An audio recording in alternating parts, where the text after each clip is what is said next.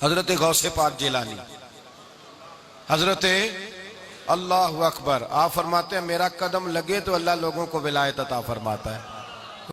غوث پاک جیلانی حضرت غوث پاک رضی اللہ تعالی عنہ، آپ الفتح الربانی میں لکھتے ہیں، آپ فرماتے ہیں یہ حدیث قدسی ہے، اللہ کا فرمان ہے۔ کسی نے پوچھا تھا کسی اللہ کے بندے نے خواب میں کہ مولا تو کہاں ملتا ہے؟ تو اللہ پاک نے فرمایا جس بندے کا دل میری وجہ سے توڑا جائے، جس بندے کو میری وجہ سے تانا دیا جائے اور وہ رو رہا ہو، اس کے پاس جا کے بیٹھ جانا، وہاں سے تمہیں خدا مل جائے گا، وہاں سے تمہیں اللہ کے جلوے نصیب ہو جائے، وہاں جا کے بیٹھو۔ گنج بخش علی اجمیری سے کسی نے کہا کہ روح کی غذا کیا ہے؟ تو آپ فرمانے لگے اگر خدا رسول کے رستے میں تجھے کوئی تانا دے جائے تو تیری روح کو اللہ لذت عطا فرما دے گا، اگر رب رسول کے رستے میں کوئی تجھے تانا دے جائے، برا کہہ جائے، تو تیری روح کو لذت نصیب ہو جائے گی۔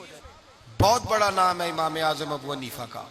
حضرت امام اعظم ابو حنیفہ کا نام میں ممبر پہ بیٹھ کے لیتا ہوں تو کہتا ہوں کیا بات تھی، دنیا ذکر کرتی ہے تو کیا بات، 80% امت ان کی تقلید کرتی ہے، لیکن امام اعظم ابو حنیفہ رحمت اللہ علیہ نے جب اعلان حق کیا ہے، بادشاہوں کی مخالفت کی، بادشاہوں کی ٹکرائے، تم غلط کہتے ہو، خبردار اگر تم نے یہ زیادتی کی۔ امام اعظم ابو حنیفہ کو جیل میں رکھا گیا، کوڑے مارے گئے، زہر دیا گیا، اتنے بڑے امام کا جنازہ جیل سے نکلا ہے۔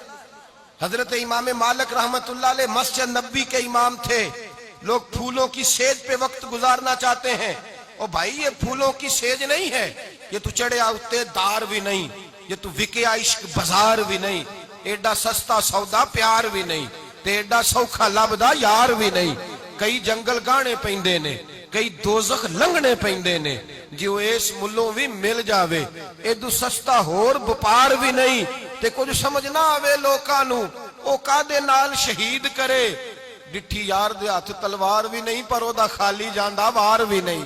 یہ بڑا کٹھن اور مشکل مرحلہ۔ حضرت امام مالک مسجد نبی کے امام 70 سال مدینے میں رہے ہیں پر پیروں میں جوتا نہیں پہنا۔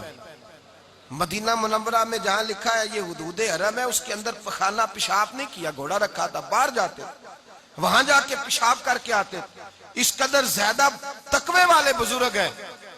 لیکن ایک طرف رسول اللہ کے شہزادے تھے، ایک طرف ظالم حکمران تھا۔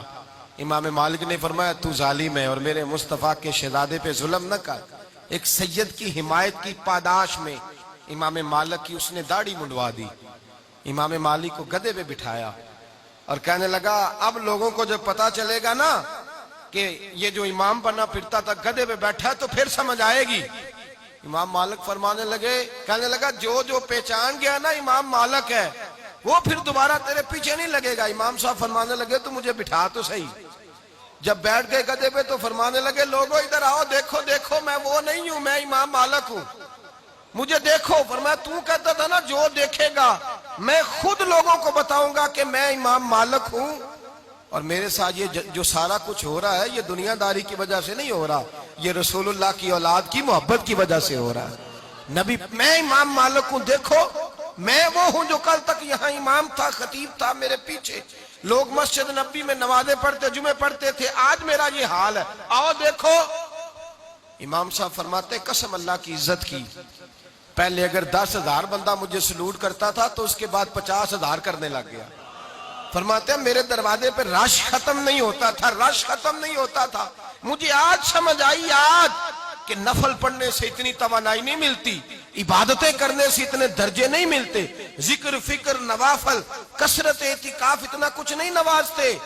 اگر رب رسول کے رستے میں تکلیف آ جائے تو پھر تو اللہ رحمت کے دروازے ہی کھول دیتا ہے۔